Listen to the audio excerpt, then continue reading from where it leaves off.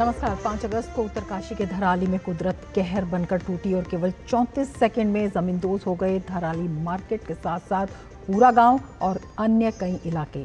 बादल फटने के बाद विनाश लीला विचलित करने वाली तस्वीरें लेकर आई। इस अचानक आए सैलाब में इंसानी आबादी, मकान, दुकान सब तेज बहाव में बहने लगे। पलक झपकते ही हंसती खेलती आबादी में बर्बादी के निशान ही बस शेष रह गए। लेकिन इसमें भी आशा की किरण साबित हुआ आपदा की चुनौती से लोहा लेता इंसानी हौसला, जिसके चलते अब तक 100 से ज्यादा लोगों को रेस्क्यू कर लिया गया है। सेना, एनडीआरएफ, आईटीबीपी, एसडीआरएफ अभियान में जुटी हुई हैं। मौसमी और भौगोलिक चुनौतियों के बावजूद सरकार की तरफ से भी की गई त्वरित और समन्वित कार्रवाई, इसी पर हम आज करेंगे चर्चा। मैं हूं रमा त्यागी, मेरे साथ जुड़ेंगे खास मेहमान भी।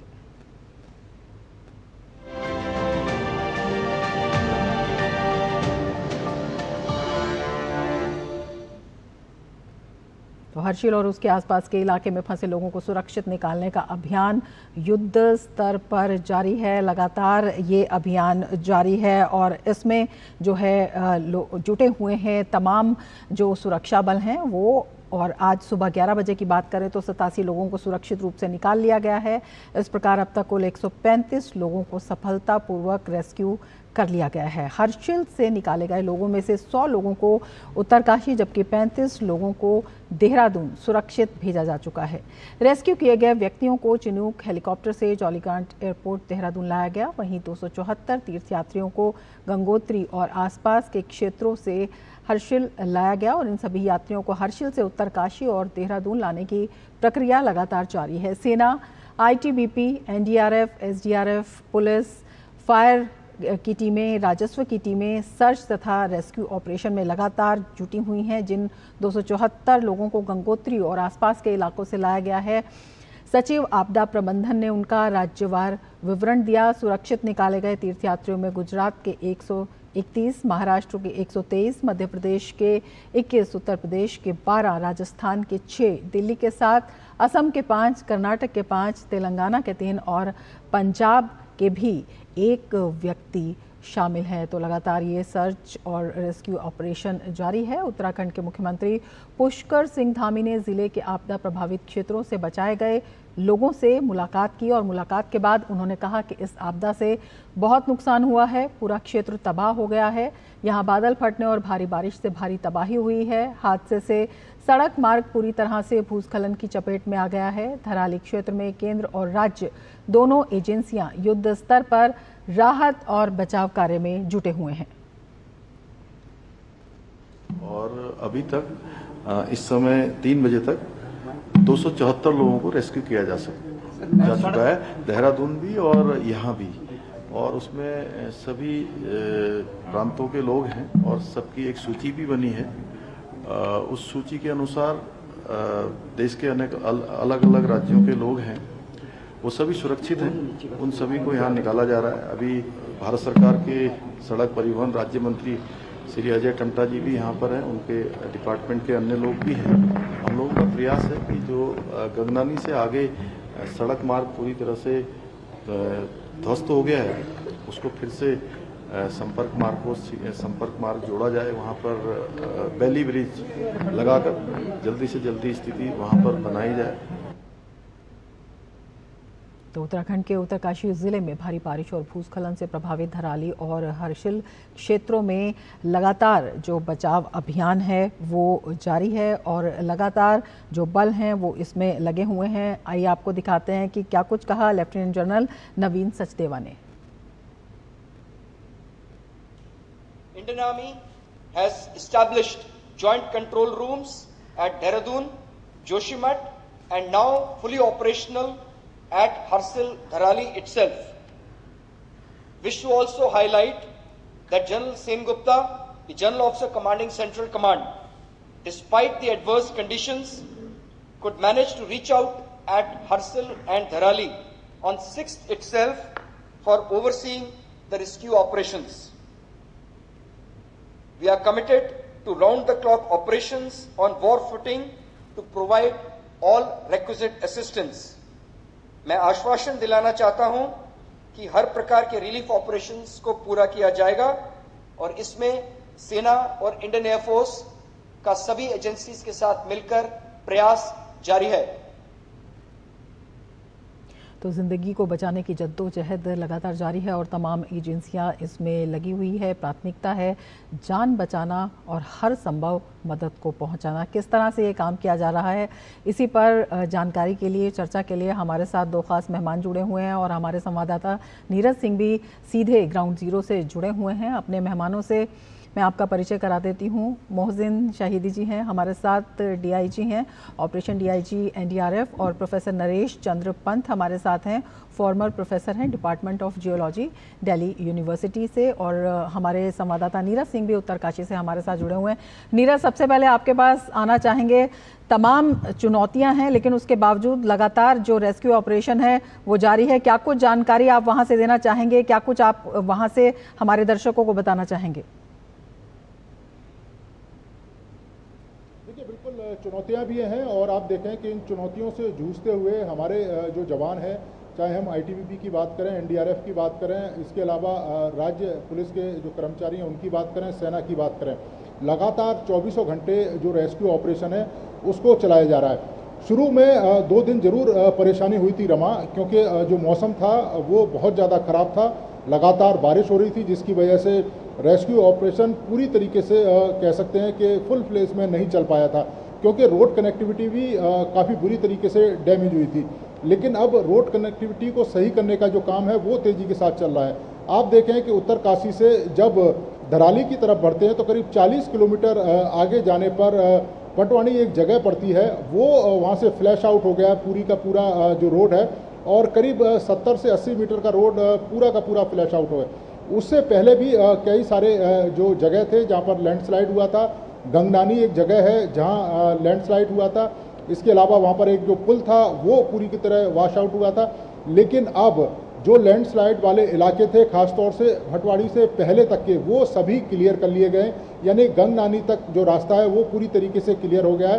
अब जहाँ पर जो पुल फ्लैश आउट हुआ था उसको बनाने का काम, जो बैली ब्रिज है उसको बनाने का काम अब कह सकते हैं कि कल से शुरू हो जाएगा, और आने वाले समय में 2 से 3 दिन के अंदर धराली तक जो रोड कनेक्टिविटी है वो बहाल हो जाएगी, ऐसा बीआरओ का मानना है। इसके साथ साथ ही आप देखें कि जब रोड कनेक्टिविटी ठीक तरीके से नहीं थी तो हेली के द्वारा वहाँ पर रेस्क्यू किया गया।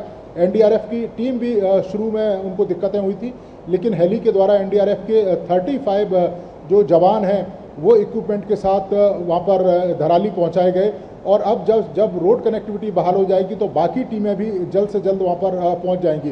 कहना होगा कि काफ़ी मुश्किल और चैलेंजिंग भरा ये काम है, क्योंकि मौसम बीच बीच में कई तरह की दुश्वारियाँ पैदा कर रहा है, लेकिन आज पूरा दिन कह सकते हैं कि सही रहा है, धूप खिली है और किसी भी तरह की जो परेशानी है वो रेस्क्यू ऑपरेशन में नहीं हुई।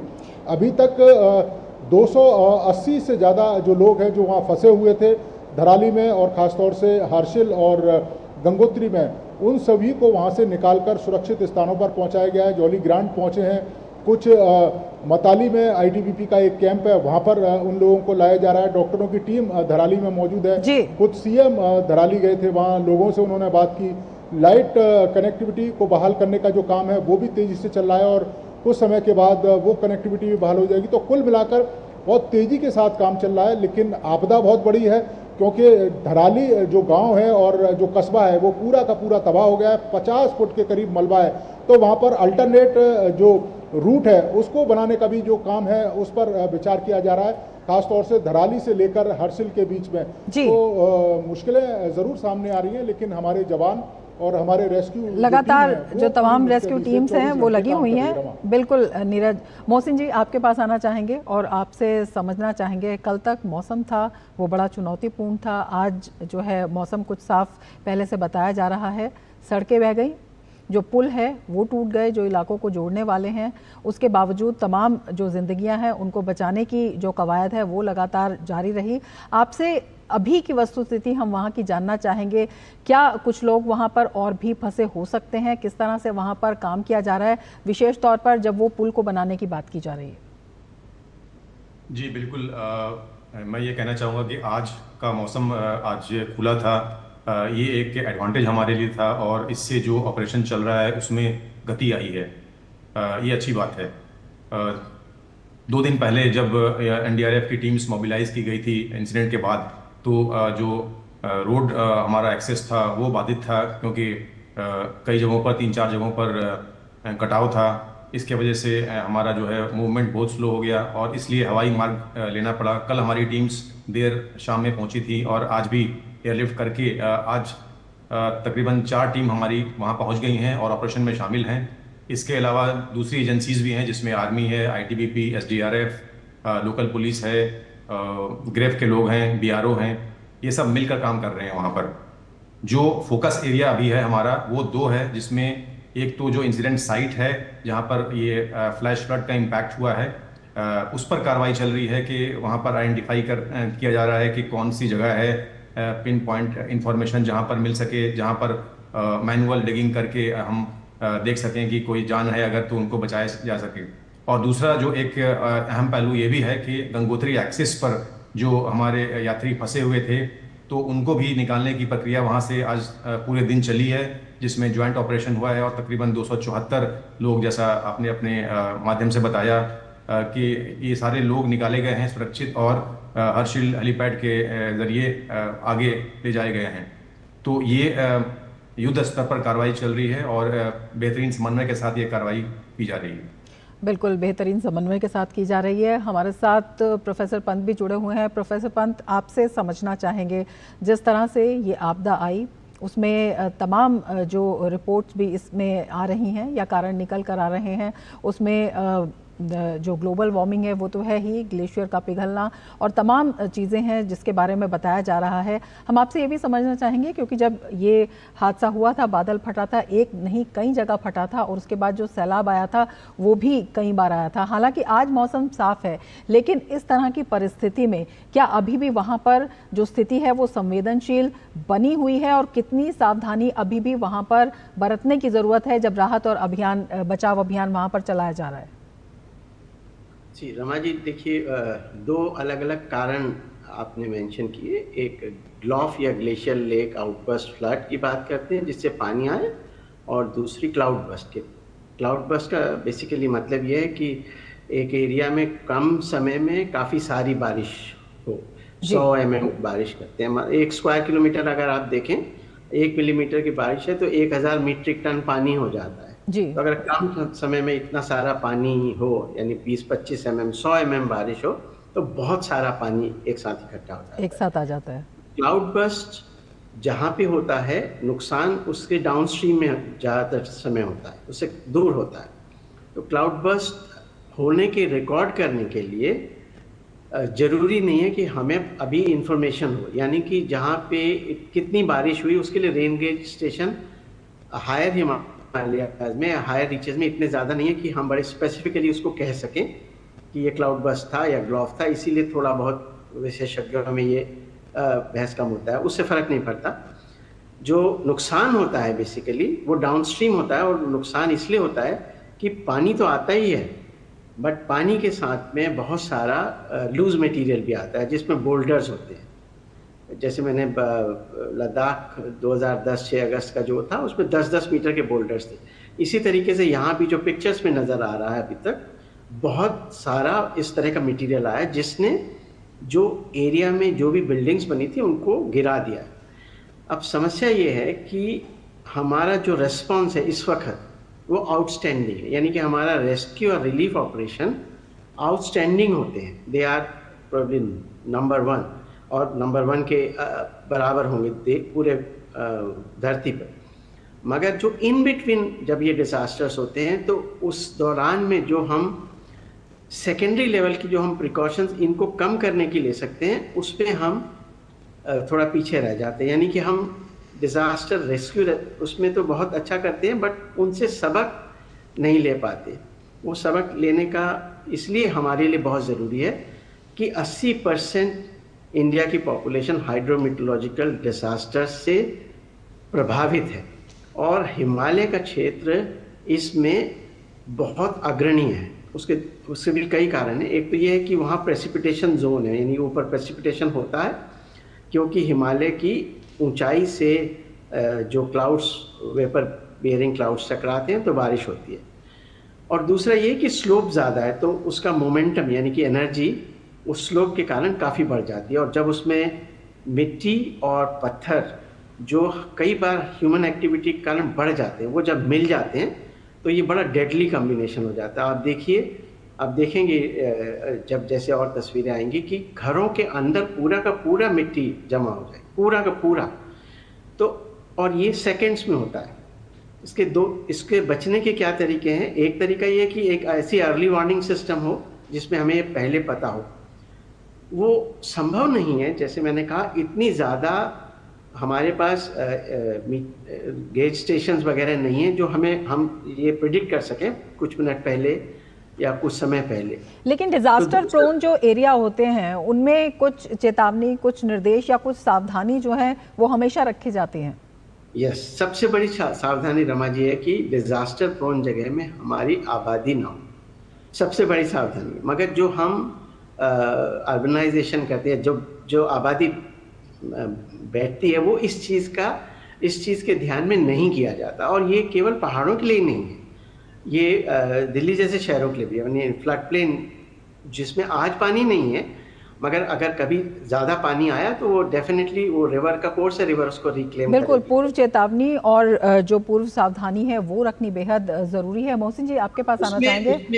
उसमें हम पीछे जी। मोहसिन जी आपसे हम समझना चाहेंगे, जिस तरह से हमारे संवाददाता भी वहाँ पर बता रहे थे कि मलबे के अभी 50 फुट ऊंचे जो ढेर है वो वहाँ पर है, और जो आप टारगेट एरिया वहाँ पर बता रहे हैं, हालांकि वायुसेना की मदद ली जा रही है, तमाम एजेंसियाँ वहाँ पर मिलकर काम कर रही हैं।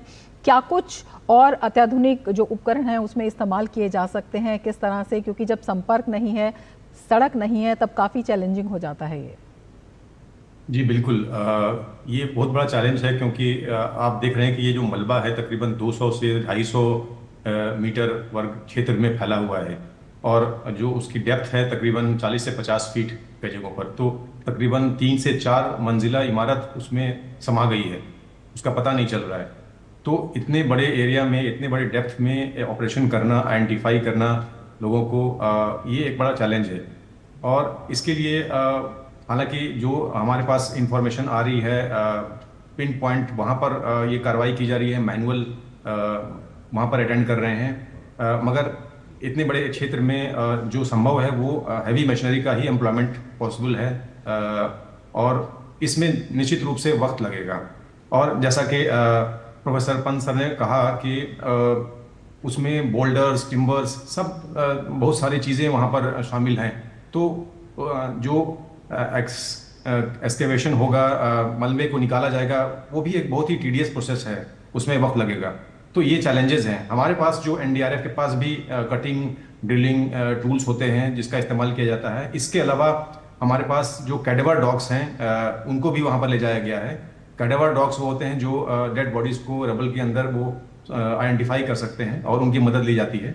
लाइव डॉग्स जो आइडेंटिफाई करने के लिए हैं, लाइव विक्टिम्स, वो भी डॉग्स हमारे पास हैं। इन सब का इस्तेमाल किया जा रहा है, मगर निश्चित रूप से एक बहुत बड़ा चैलेंज है। वेदर का भी जो एक वो है थ्रेट लगातार बना रहता है, क्योंकि जैसा आपको पता होगा कि एक लेक फॉर्मेशन भी हुआ है और उस पर भी निगाह रखी जा रही है। हालांकि उसमें से रिसाव हो रहा है पानी का, तो उतना खतरा नहीं बताया जा रहा है, मगर ये सब चीज़ें भी एक रेस्क्यूअर्स के लिए भी थ्रेट रहती हैं। हमें स्काउट्स, लुकआउट्स वहाँ पर रिक्रूट करना पड़ता है कि अगर कोई सेकेंडरी एक इंसिडेंट हो जाए तो उससे जो लोग हैं या रेस्क्यूअर्स हैं, रिस्पॉन्डर्स हैं, वो क्षतिग्रस्त ना हो।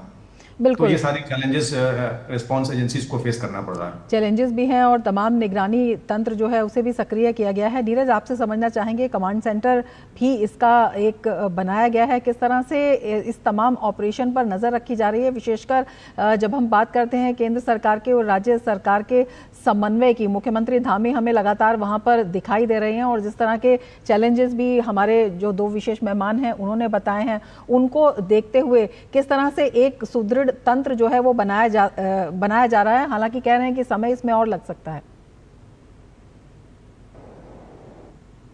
देखिए, बिल्कुल कमांड सेंटर है और आप देखें कि मुख्यमंत्री खुद कमांड सेंटर पर मौजूद हैं और धराली भी वो जाकर आए थे।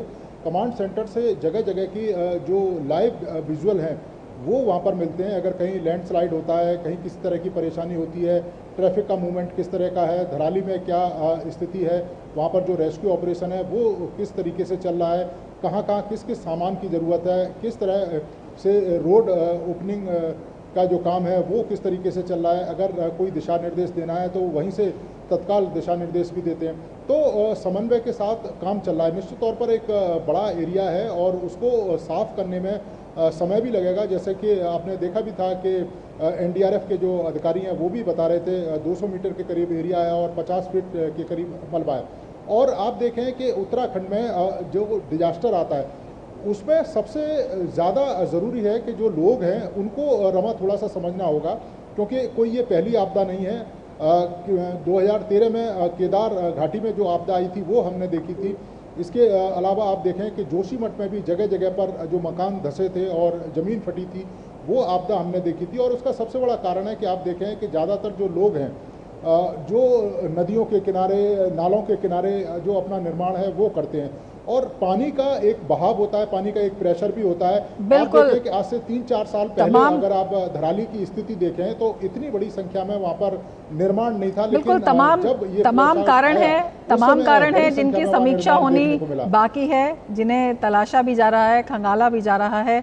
लेकिन सबसे बड़ी बात यह है कि कुदरत का जो कहर टूटा है उससे जो इंसानी हौसला है वो नहीं टूटा है। एक प्रबल इच्छा शक्ति है और तमाम हमारे सुरक्षा बल मिलकर काम कर रहे हैं। और इसमें जो राज्य सरकार है, केंद्र सरकार है, वो भी पूरा फोकस है कि किस तरह से हर जिंदगी को बचाया जाए। नीरज, आप नज़र बनाए रखिए। बहुत शुक्रिया हमारे साथ जुड़ने के लिए, और अपने दोनों ही मेहमानों का भी हम शुक्रिया करना चाहेंगे इतनी महत्वपूर्ण जानकारी हमें समझाने के लिए, हमारे साथ साझा करने के लिए।